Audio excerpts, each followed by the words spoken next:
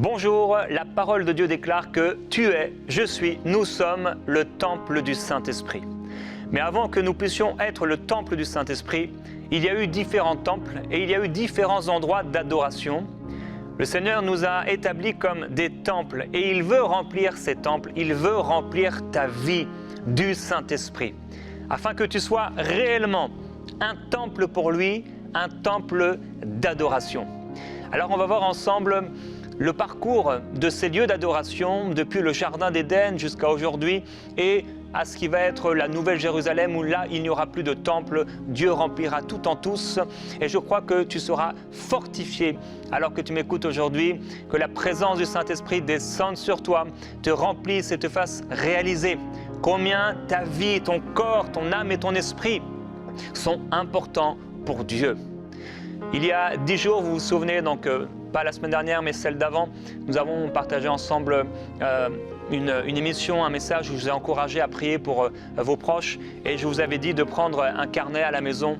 Donc si vous n'aviez pas regardé cette émission, je vous encourage dès aujourd'hui à vous procurer un carnet donc spécifique, pas une feuille volante que vous pouvez perdre comme ça, mais si vous ne l'avez pas acheté, un carnet dans lequel vous allez noter le nom ou les noms plutôt de la personne ou des personnes que Dieu vous met à cœur. C'est cette personne qui revient régulièrement, qui n'est pas sauvée et qui revient dans votre pensée, dans votre cœur.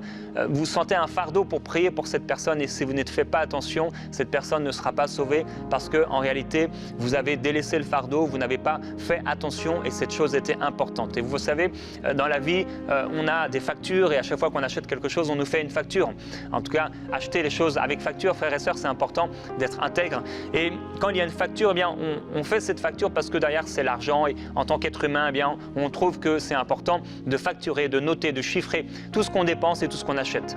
Mais de la même façon, si c'est important pour nous, si le salut d'une âme est important, on ne veut pas simplement l'avoir quelque part dans le cœur, dans la pensée, mais on veut que cette personne, alors qu'elle est importante et le salut de cette personne, on puisse la noter. Seigneur, tu vas sauver cette personne. Alors, c'est un petit rappel, vous pouvez regarder l'émission dans laquelle on avait prié pour cela vendredi, donc il y a 2 semaines, par rapport à le fait de prier pour cette personne qui est perdue. Et on aura l'occasion de prier pendant plusieurs jours par rapport à ça, afin qu'à la fin du mois, en tout cas des 30 jours, le Seigneur puisse sauver cette personne et ces personnes de façon surnaturelle. Et je crois qu'il va y avoir beaucoup de témoignages pour la gloire de Dieu. Alors, j'ai trouvé bon de faire un parcours de ce que j'ai appelé les 12 lieux d'adoration dans la Bible. Premièrement, le premier lieu, c'est clair, c'est le Jardin d'Éden. Dans le Jardin d'Éden, Adam et Ève voyaient Dieu face à face. La parole de Dieu nous montre que l'Esprit de Dieu parcourait le jardin. Il descendait comme la brise du matin où il venait et là, il parlait à Adam et Ève qui communiaient avec Dieu, le voyant face à face, sans aucun obstacle, sans aucune limitation. Il le voyait comme un ami, il lui parlait comme un ami. Il y avait une communion parfaite, extraordinaire là dans le Jardin d'Éden et on sait qu'ils vont pécher et ils vont s'attacher des feuilles de figuier pour cacher leur nudité. Dieu va faire le premier sacrifice animal qui était une préfiguration de Christ et il va les couvrir de cette peau. Il va devoir, pour leur protection, les chasser du jardin afin qu'ils ne meurent pas éternellement. Et là, chassés du jardin, ils vont perdre leur extraordinaire communion avec Dieu. C'était le premier lieu d'adoration dans ce jardin, où ils voyaient Dieu face à face, où ils le connaissaient de manière très particulière, où ils étaient dans une communion parfaite avec celui qui les avait créés. Il y a un deuxième lieu d'adoration au moment où le petit-fils d'Adam va naître, donc non pas Abel et Caïn, mais son petit-fils. Il est écrit quoi? On commença à consulter l'Éternel. Là, il y a comme entre guillemets un deuxième lieu d'adoration. On va commencer à consulter l'Éternel. Alors, ceux-là qui vont consulter l'Éternel ne connaissaient pas Dieu comme l'ont connu Adam et Ève. C'était donc une connaissance qui venait à travers l'instruction de ce que Adam et Ève ont pu partager, etc. Et alors, ils ont commencé à consulter l'Éternel, un Dieu qu'ils n'avaient jamais vu, un Dieu lointain. Et la foi, quelque part, est née dans leur cœur. Ils ont commencé à consulter ce Dieu qu'ils ne pouvaient pas voir. Troisièmement, on voit Noé qui va sortir de l'arche. Dieu le protège avec sa famille et je prie qu'avec ce carnet, Dieu puisse, à travers vous, vraiment vous amener à créer cette arche de salut dans votre maison pour prier en faveur de cette personne et que ces gens qui sont dans votre famille, moi et ma famille, nous servirons l'Éternel, puissent être sauvés. Donc Noé sort de l'arche et là, Noé va faire quelque chose de spécial. Il sort de l'arche et il va construire un autel en l'honneur de l'Éternel. Cet autel, vous savez, c'était juste quelques briques comme ça, avec un creux à l'intérieur. C'est un simple autel de pierre simplement. Et là, il va offrir un sacrifice. Et Dieu va sentir comme une odeur agréable. Ce n'était pas l'odeur de la bête, de l'animal qui était en train de cuire, mais c'était l'odeur du cœur de ce serviteur, de cet enfant de Dieu, en tout cas de Noé, qui était là et qui offrait ce sacrifice à Dieu. C'était une odeur agréable pour Dieu, une odeur d'adoration. Donc Noé va faire ce pas d'offrir un sacrifice à Dieu et à partir de ce moment-là, Dieu va faire une résolution, il va prendre une résolution de ne plus jamais détruire les êtres vivants comme il l'a fait. À travers ce sacrifice, il se passe quelque chose entre le ciel et la terre, entre Dieu et Noé, au point où Dieu est touché, son cœur est touché par l'adoration et il dit « Je ne détruirai plus l'être humain comme je l'ai fait avec donc le déluge ». Ensuite, après Noé, il y a Abraham, il y a Isaac, il y a Jacob, il y a Moïse qui vont dans leur vie construire régulièrement ce genre d'autel au cours de leur vie en l'honneur de l'Éternel. Puis, quatrièmement, après la sortie d'Égypte, cette fois-ci Moïse, Dieu va appeler Moïse plusieurs fois au sommet de la montagne. Et là, au sommet de la montagne, Moïse va vivre des choses extraordinaires. Pendant que le peuple était là en bas, lui, il vivait la gloire de Dieu sur la montagne. Il va par exemple jeûner sans boire ni manger, c'est un jeûne surnaturel, unique, pendant 40 jours, là en haut sur la montagne. Voilà un quatrième lieu d'adoration sur la montagne. Donc on a, à partir du péché, cet autel qui est fait de sacrifices, Dieu est touché, il y a quelque chose de spécial, mais maintenant c'est le sommet de la montagne, mais c'est réservé à un homme. Et là, qui vit la gloire de Dieu, c'est vrai, mais juste un homme, et c'est juste pendant quelques jours. Alors, il va y avoir une cinquième étape. Dieu va il va s'adresser à Moïse pour qu'il fabrique ce qu'on appelle la tente de la rencontre. On en parlera cette semaine, le tabernacle. Et donc, ce tabernacle qu'on va utiliser pendant 400 ans, autour de ce tabernacle, comme vous le voyez sur la photo, ici on ne le voit pas, mais il y avait un campement tout autour. Ici on voit le tabernacle avec le parvis, on en parlera, et avec les pans qui étaient là, les rideaux qui cachaient donc le tabernacle du reste du camp. Et autour de ce camp, dans le camp, vous pouvez imaginer qu'il y avait plusieurs millions de personnes, donc hommes, femmes et enfants qui étaient là autour, et tout était autour de cette tente de la rencontre. Tout le camp, j'allais dire le village, tout le camp, tout le campement était autour, donc autour de cette tente de la rencontre. Et là, dans cette tente de la rencontre, il y avait plusieurs endroits. Il y avait donc le parvis, puis il y avait le lieu saint. Et il y avait également, donc là on peut voir le lieu saint avec les pains de proposition, avec le chandelier à gauche. On voit aussi donc l'autel de l'encens ou des parfums. Et vous allez voir donc au fond donc le rideau très épais. C'est ce même genre de rideau qui a été déchiré quand Christ est mort. Et ce rideau a été déchiré du haut vers le bas par Dieu. On aura l'occasion d'en reparler. Et derrière ce rideau se trouvait le lieu très saint. Et là, on trouvait dans ce lieu très saint, voilà, l'arche de l'Alliance. Et donc, dans ce tabernacle, on a vu dans la première partie, il y avait l'autel des holocaustes. Et là, chaque matin et chaque soir, il devait avoir un sacrifice. Les lampes également, elles devaient brûler constamment du soir au matin. Et Dieu dit que c'est là qu'il rencontrera les Israélites. Et dans le lieu très saint, le souverain sacrificateur qui ne pouvait aller qu'une seule fois par an, eh bien là, Dieu le rencontrait de manière extraordinaire. C'était un face-à-face avec Dieu. Mais dans le parvis, les hommes amenaient un sacrifice comme auparavant dans un petit autel ici. il y avait tout un culte qui a été mis en place. Et si Noé, Abraham, Isaac, Jacob, Moïse vont au départ construire leurs autels seuls et ils vont faire leurs sacrifices d'adoration à Dieu sans l'aide de personne, ici Moïse va avoir besoin pour la fabrication, la construction de cette tente de la rencontre de plusieurs dizaines ou centaines de personnes et les gens vont offrir des offrandes pour l'or, etc. et pour les différents matériaux de cet autel de la rencontre qui pesait des dizaines, peut-être centaines, dizaines en tout cas de kilos. Certains pensent que ça allait même jusqu'à 1000 kilos, une tonne, etc. Mais en tout cas, voilà le 5e lieu d'adoration. Ensuite, il y a le 6e lieu d'adoration. Et le 6e lieu d'adoration, vous vous souvenez, Samuel est là et il y a un sanctuaire. Il y a un sanctuaire donc, où le jeune Samuel va grandir auprès du sacrificateur Élie. Et on se souvient bien sûr de ces paroles, Samuel, Samuel, Dieu qui parle par 3 fois au jeune Samuel et qui doit ouvrir, fermer les portes de ce lieu particulier, ce sanctuaire. Et à chaque fois que je pense à ça, je me dis, j'aurais aimé à l'époque être Samuel, là dans le sanctuaire, dans la maison de Dieu et pouvoir entendre la voix de Dieu, quelque chose de spécial. Et là aussi, c'était donc un nouveau lieu d'adoration. Il y a ensuite le 7e lieu d'adoration, donc 480 ans après la sortie d'Égypte, on va utiliser la tente de la rencontre pendant donc longtemps et 70 ans après la fin de l'utilisation de la tente de la rencontre, il va avoir à ce moment-là ce qu'on appelle le temple de Salomon. Salomon va faire construire un temple et cette fois-ci, contrairement à la tente de la rencontre où c'était plusieurs dizaines, peut-être centaines de personnes qui ont participé, ici on va avoir besoin de 200 000 hommes. Et quand dans la tente de la rencontre c'était plusieurs dizaines ou peut-être bon, on va dire une tonne, même jusque-là, ici c'est beaucoup plus que cela.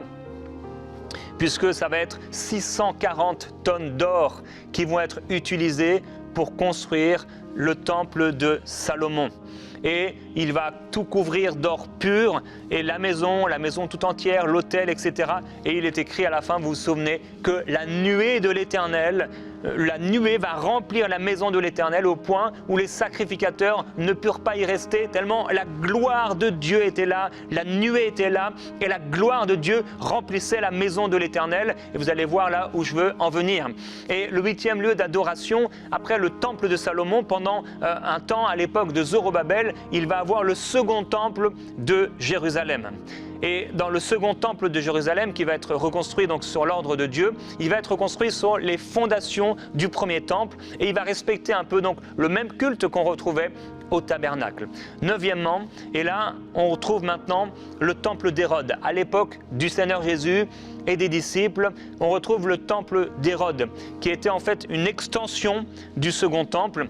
Et Jésus dit, et il nous montre que ce temple était rempli de voleurs. On voit que Jésus va se fâcher parce que dans ce temple, au lieu que ce soit une maison de prière, c'est un temple de voleurs. Et Jésus va annoncer à ce moment-là, à l'époque du temple d'Hérode, que Dieu le Père cherche des adorateurs en esprit et en vérité. Et c'est une nouvelle révélation. Jésus-Christ, et d'ailleurs Jean-Baptiste qui a été appelé non dans le temple, mais à l'extérieur du temple, dans les déserts où les foules venaient à lui, et de la même façon Jésus, mais lui aussi pouvait aller par contre dans les temples.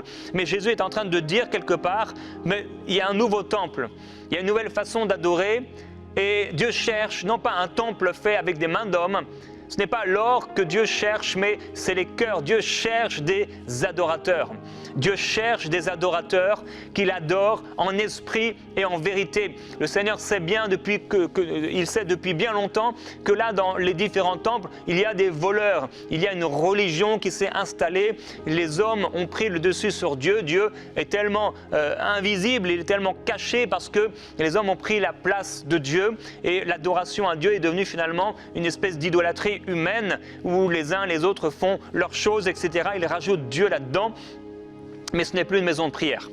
Et 10e, qu'est-ce qui va se passer après la mort du Seigneur et à sa résurrection? Dans Jean chapitre 20 et au verset 22, qu'est-ce que Jésus va faire? il va souffler sur les disciples, littéralement en les disciples qui vont naître de nouveau, et il va leur dire « Recevez le Saint-Esprit ». Et là, les disciples reçoivent le Saint-Esprit, là, dans cette petite maison. Ils reçoivent le Saint-Esprit, et qu'est-ce qu'ils deviennent? Ils deviennent le temple du Saint-Esprit. 11e, on retrouve les disciples réunis dans la chambre haute. Ils sont devenus le temple du Saint-Esprit. Mais non seulement maintenant on va les retrouver dans la chambre haute, mais il est écrit dans les Actes des Apôtres qu'ils priaient, ils adoraient en tout lieu. On les voit en tout lieu. Même lorsqu'ils vont être dispersés à cause de la persécution, ils continuent de servir le Seigneur, ils continuent d'être les temples d'adoration pour Dieu. Et 12e, j'en ai parlé en introduction, il y aura là, au ciel, donc dans la Nouvelle Jérusalem en tout cas, qui va descendre du ciel, il n'y aura plus de temple, parce que Dieu remplira tout en tous. Alors, mes frères et mes sœurs, comme Étienne a pu parcourir un peu l'histoire du peuple d'Israël pour arriver à cette conclusion, en disant à ceux qui l'écoutaient, « Hommes au cou raide, incirconcis de cœur, vous vous opposez toujours au Saint-Esprit. » Tout ce parcours du peuple d'Israël dans la bouche d'Étienne n'avait que pour but cette conclusion que ceux qui l'écoutaient avaient le cœur incirconcis et ils s'opposaient à la personne du Saint-Esprit qui est Dieu. Aujourd'hui, à travers ce parcours des différents lieux d'adoration, le Seigneur veut nous rappeler que le but de nos vies, le but de l'Église ne devra avoir que pour but final que le Seigneur vienne y résider, et nous sommes devenus des pierres vivantes, un temple d'adoration. Et aujourd'hui, Dieu cherche des adorateurs, des gens qui l'adorent en esprit et en vérité. Et je veux vous encourager, si votre vie est devenue comme le temple d'Hérode, rempli de voleurs, vous vendez, vous achetez, vous faites vos affaires, même religieuses. J'entends parfois, et à chaque fois c'est bien sûr un choc terrible, des hommes, des femmes qui ne sont pas nés de nouveau et qui font des choses, qui font des vols, la cupidité dans l'église, des choses qui n'ont rien à voir avec Dieu. Et ils pensent que c'est Dieu même parfois, mais parfois il y a des vols, certains vont voler des offrandes, certains font des choses tellement bizarres et étonnantes qu'on trouve dans l'église avec un grand E. Mais aujourd'hui en tout cas, ce qui est important, on peut regarder ces choses et être choqué, mais qu'est-ce qui se passe dans nos vies? Je suis devenu le temple du Saint-Esprit. Tu es devenu le temple du Saint-Esprit. Et dans ce temple, il devrait avoir une ferveur. Vous voyez, dans le tabernacle, il y avait le parvis, il y avait le lieu saint, et il y avait le lieu très saint. Le parvis représente notre corps, on en parlera un peu plus. Le lieu saint représente notre âme, et le lieu très saint représente notre esprit, notre cœur, là où Dieu habite. Si tu es né de nouveau, si tu as reçu Jésus-Christ dans ton cœur et si tu lui as donné ta vie, si tes péchés ont été pardonnés, tu es devenu le temple du Saint-Esprit. Et il faut que ce temple soit rempli de la présence de Dieu. Que dit Paul dans 1 Corinthiens chapitre 6, au verset 19, il dit « Ne savez-vous pas que votre corps est le temple », ça veut dire l'ensemble, le corps est le temple du Saint-Esprit et que vous ne vous appartenez plus à vous-même, car vous avez été rachetés à un grand prix. Il dit « Vous êtes le temple du Saint-Esprit qui est en vous, que vous avez reçu de Dieu. Vous ne vous appartenez plus à vous-même, car vous avez été rachetés à un grand prix. » Et il conclut, « Glorifiez donc Dieu dans votre corps et dans votre esprit qui appartiennent à Dieu. » J'aimerais aujourd'hui t'encourager par rapport à ton corps, par rapport à ta vie. Tu dois être pour Dieu un temple d'adoration. Tu dois être pour Dieu ce temple saint, non pas comme le temple d'Hérode, là où il y avait des voleurs, là où finalement on ne respectait pas le but même de ce temple. Ton corps ne t'a pas été donné pour manger, pour avoir des plaisirs, pour faire des choses Mais ce corps nous a été donné avant tout pour être un temple, le temple du Saint-Esprit. Nos membres, nos pensées, notre esprit,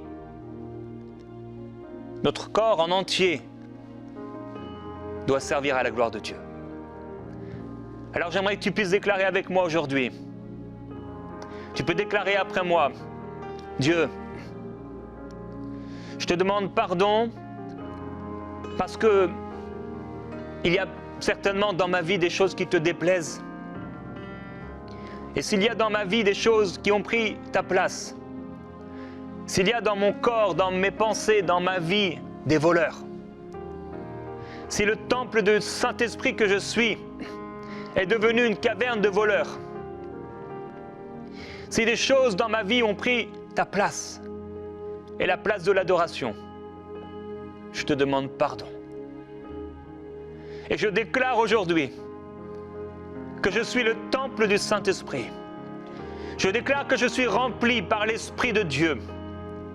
Mon corps se soumet à la volonté du Père. Mon corps est cette tente de la rencontre où je peux rencontrer chaque jour mon Dieu. Dieu habite dans mon esprit. Le Saint-Esprit habite dans mon esprit. Déclare-le avec moi. Je suis le temple du Saint-Esprit. Je suis le temple du Saint-Esprit. Je suis un serviteur pour Dieu. Je suis rempli du Saint-Esprit. Je suis rempli de la présence de Dieu. Je suis un autel d'adoration. Ma vie doit servir à la gloire de Dieu. Ma vie doit refléter la gloire de Dieu. Je veux vivre non seulement dans le parvis, non seulement dans le lieu saint, mais je veux entrer dans le lieu très saint, car je suis devenu un lieu très saint pour Dieu. Mon corps est devenu un lieu très saint pour Dieu, car j'ai été scellé par le Saint-Esprit. Je veux vivre dans le lieu très saint, là où ta gloire habite. Père, je veux vivre dans le lieu très saint, là où ta gloire habite. Je suis devenu un lieu très saint pour toi. Père, je prie pour mes frères et mes sœurs, que ta présence les remplisse et les inonde. Je prie qu'au-delà de mes mots, Père, tu puisses leur donner une révélation nouvelle sur le temple qu'ils sont. Père, ils ont fait des autels, ils ont voulu t'adorer. Noé a voulu t'adorer avec ce petit autel de pierre, t'offrir un sacrifice. Et tu trouvais cela agréable. Et tu as été touché par le cœur de Noé. Et tu as appelé Moïse, Seigneur, avec cette tente de la rencontre. Il t'offrait des sacrifices chaque jour, le matin, le soir, le boule parfum, le chandelier qui brûlait constamment. Et une fois par an, le souverain sacrificateur qui allait dans le lieu très saint. Et Père, tu as déchiré le voile qui nous séparait de ce lieu très saint. Seigneur Jésus-Christ, merci d'avoir déchiré le voile qui me séparait de toi. Je suis un temple d'adoration. Déclare-le avec moi. Je suis un temple d'adoration pour Dieu. Viens purifier le temple que je suis. S'il y a dans ma vie des ténèbres, s'il y a dans ma vie des voleurs, s'il y a dans ma vie, comme dans le temple, des tables qui sont là, où on marchande, où on vole, où on est cupide, où on manipule, où on trompe, où on triche, où on vole ta gloire, que ces choses s'en aillent de moi. Je suis un temple d'adoration. Alors mon frère, ma sœur, commence à adorer alors que tu es ce temple. Adore-le. Glorifie le Seigneur. Que tes yeux se tournent vers lui maintenant, en adoration. Nous t'adorons, Seigneur Jésus-Christ. Tu es saint, précieux Jésus-Christ. Précieux Seigneur. Je veux me consacrer à toi. Que tout mon être, l'esprit, l'âme et le corps, soit conservé irréprochable, pur pour toi. Je t'adore, Seigneur, que ma vie, que mon corps servent à ta gloire, que mes membres servent à ta gloire. Présente tes mains au Seigneur maintenant et dis-lui, Seigneur, voici mes mains.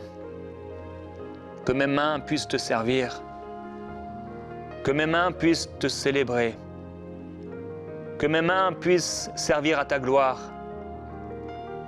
que mes mains soient comme tes mains, que mes mains soient purifiées, que ces mains puissent faire le bien, que ces mains puissent donner, que ces mains puissent aider, que ces mains puissent faire du bien, que ces mains puissent être des mains de tendresse, des mains d'affection, des mains pures.